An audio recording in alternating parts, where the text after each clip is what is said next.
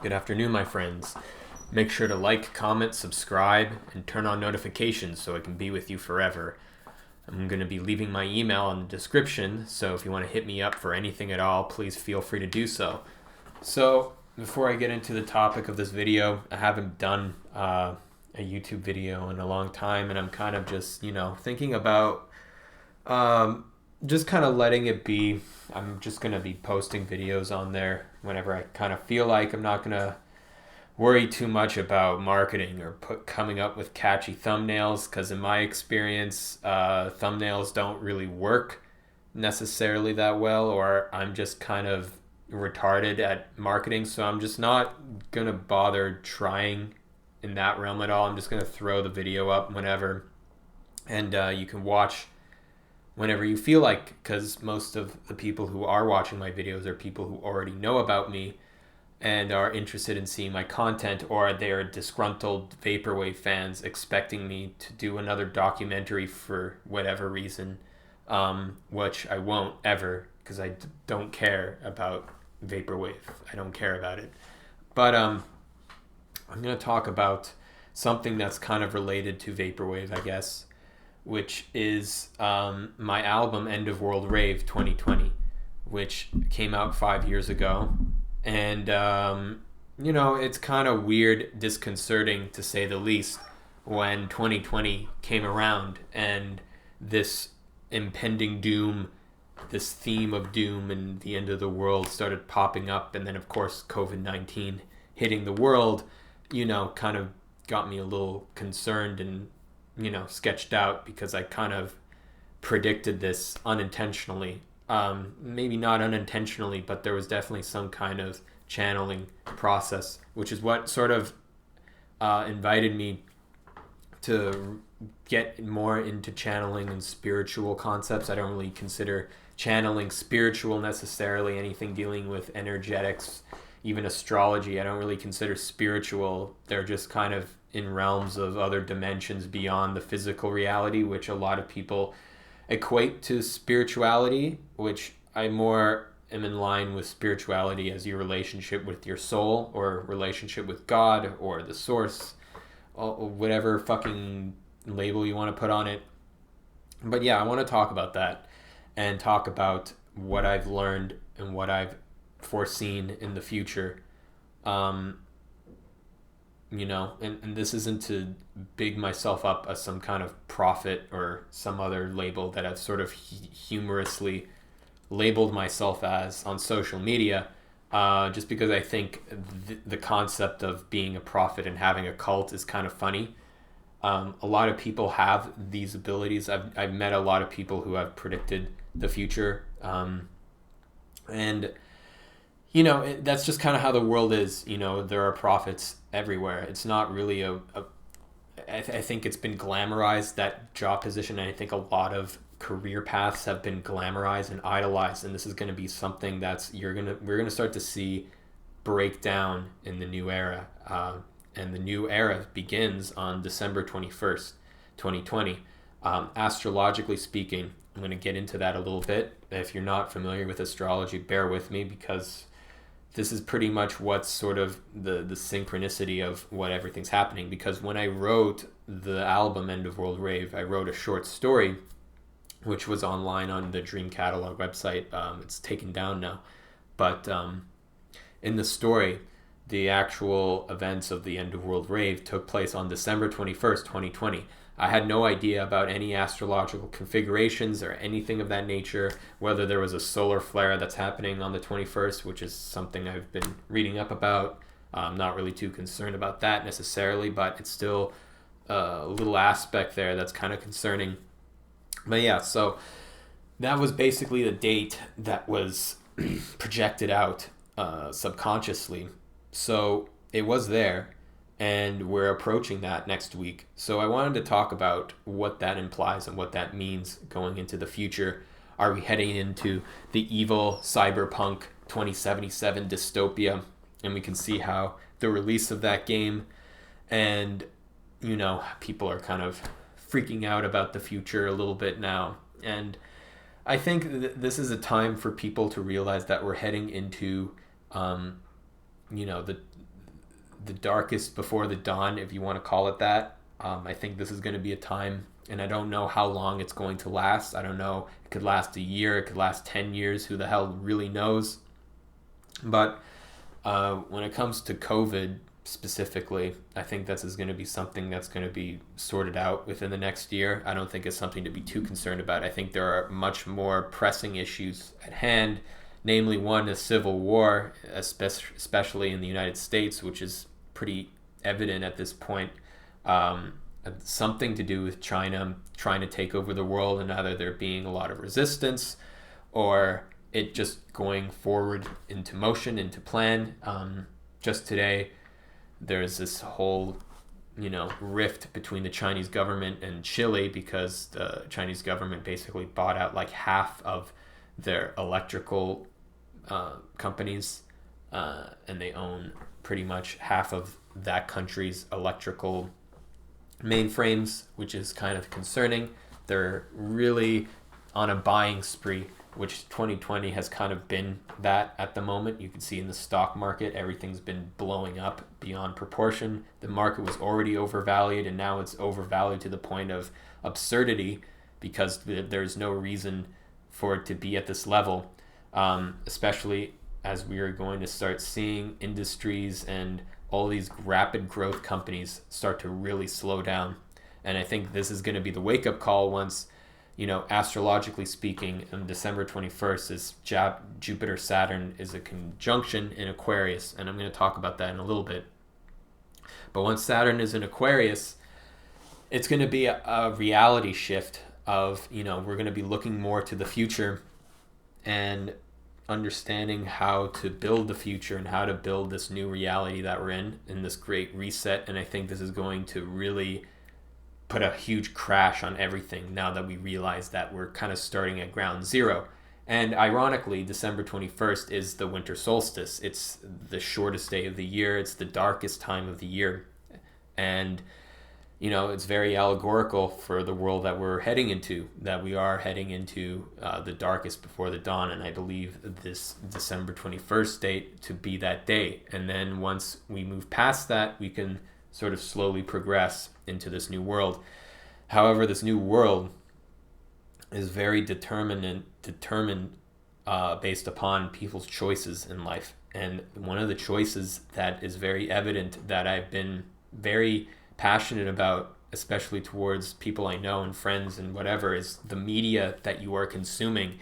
If you are consuming media that either propagates fear or immediate gratification, whether that's drugs, sex, Tinder, whatever it is, any of those kinds of very hedonistic aspects of the human condition that are very much trying to brainwash you into thinking that that's basically all that matters in life, specifically trap music, but it also extends into movie and TV as well. A lot of cynical points of view, a lot of weird narratives that are trying to make you think that, how do I explain it? It's like, it's almost like there's a coercion to accept mediocrity in life, to accept mediocrity as reality. And this is kind of tied in with atheism as well, that I've seen, that is a new kind of religion based in science, that you kind of have to accept this reality as it is, and you have to survive this reality, and there's no way to progress beyond this reality into something better. And and then you can look at superheroes, which are these flattened characters that they've dehumanized from the original comics. If you look at like the Marvel movies, for instance, you'll see that these characters have become very one-dimensional. And the reason for that is, I don't want to like point fingers of any sinister agendas, because this is all just hypotheses. It's all going to be uncovered eventually anyway, which is inevitable.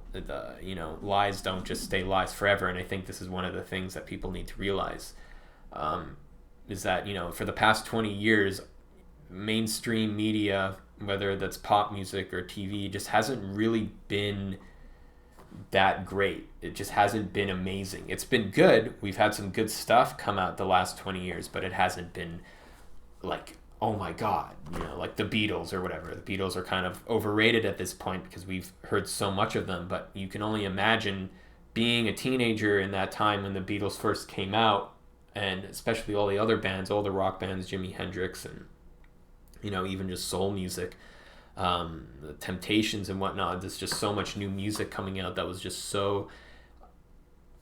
just beyond comprehension of what people expected. And I think this is going to be an era where we're going to have to start seeing some of that again, because this is where we're seeing the Jupiter-Saturn conjunction, that cycle happened. So last time it happened was in the year 2000, and in the year 2000 it conjuncted in Taurus. So evidently the past 20 years have been very much based around achieving. So Jupiter-Saturn, when it conjuncts, it's basically a representation of where we find abundance through structure. So the structural implementations, the authority in the world, where people are making the most money, where you're seeing the power being invested in. And it's been in Taurus, which has been everything dealing with the world, with the material. Everything's been about quality, having nice things.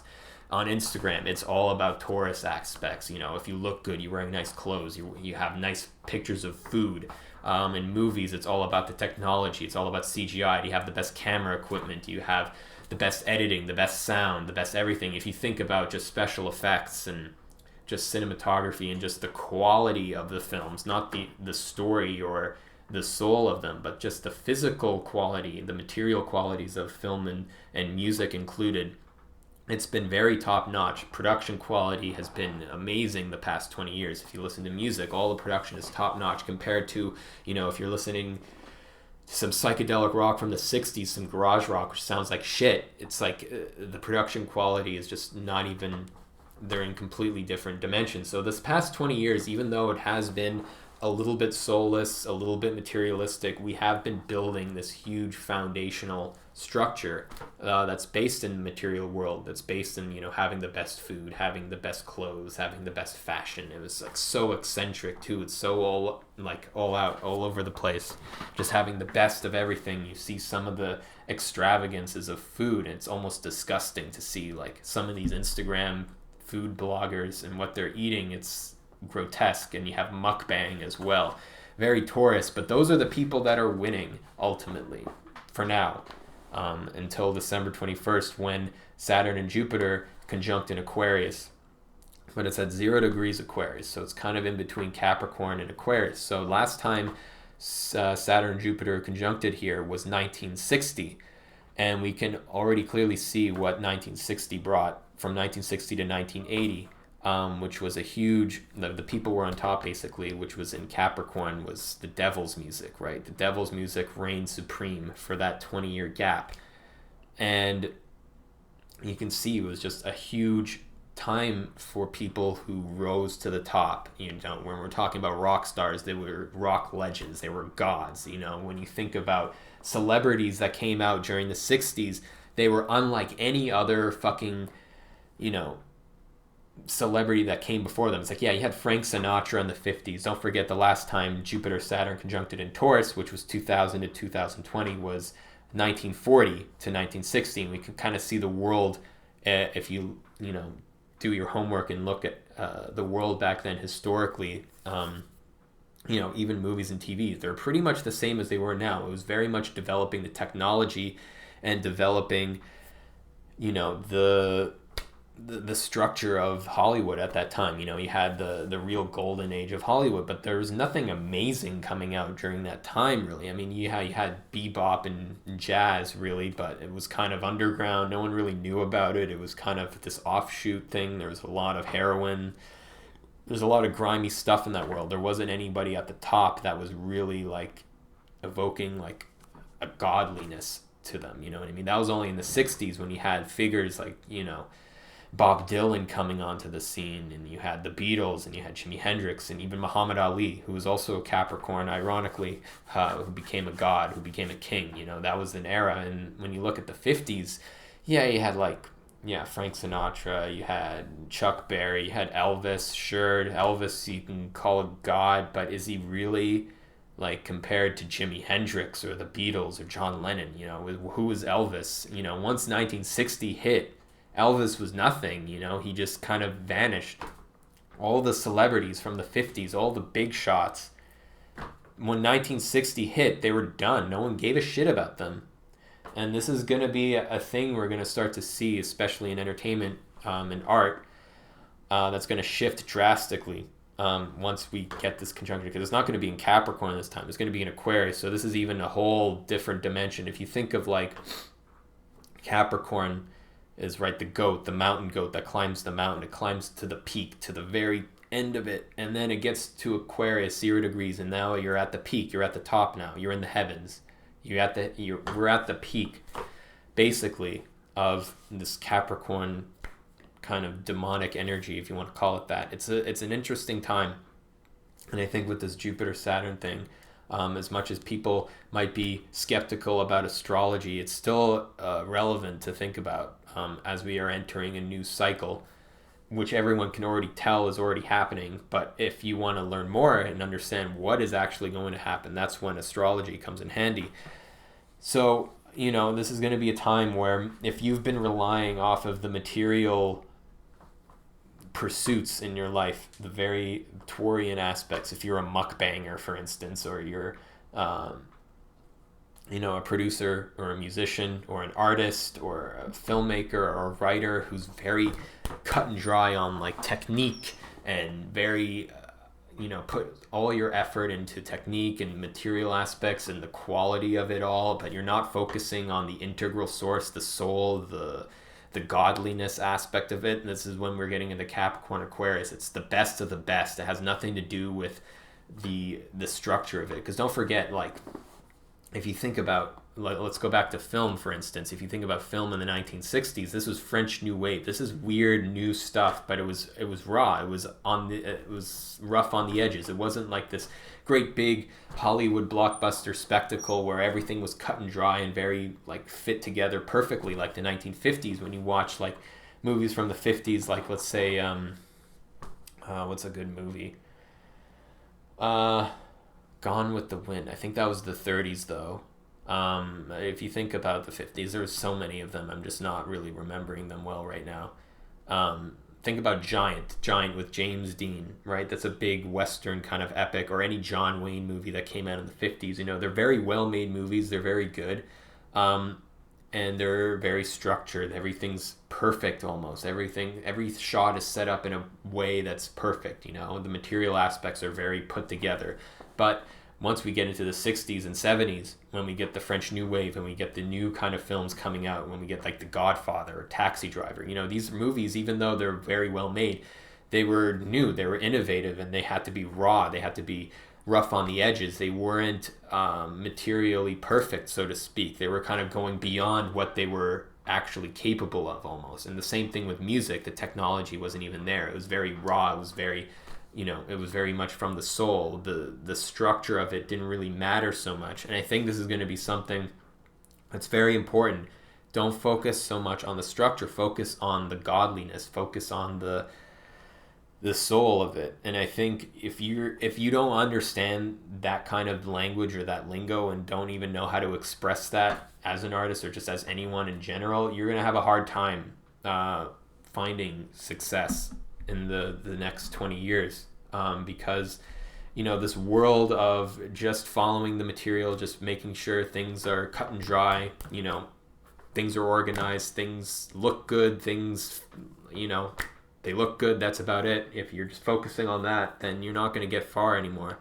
It worked for the last 20 years, and people who ignored the material, who didn't have a professionalism, that was another word I was thinking of, didn't have that professional look, that that niceness aspect to it. Don't forget, Taurus and Aquarius are at odds. They don't really meet eye to eye necessarily. They're kind of at opposites. They're squared.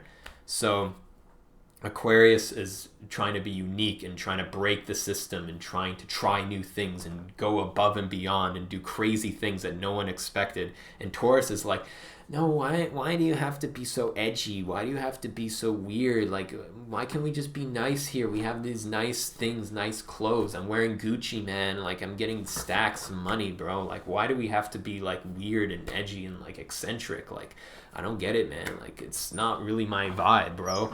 And that's, that was basically what the last 20 years was. Anyone who tried to do something weird or eccentric was kind of like, like I'm done with that. Like, I don't care. I'm just trying to focus on making the best of my situation materially. I want to have the best audio equipment. I want to have the best paints. I want to have the best art. If you even have modern art, which is always kind of shit, but if you look at modern art the last 20 years, it's always been these big elaborate sculptures, and it's always like textures. It's always weird textures, weird colors, and it's like this very Taurian kind of thing. There's no message there. There's no weird eccentric aspect to it. It's just like, oh, look at this nice giant cue ball.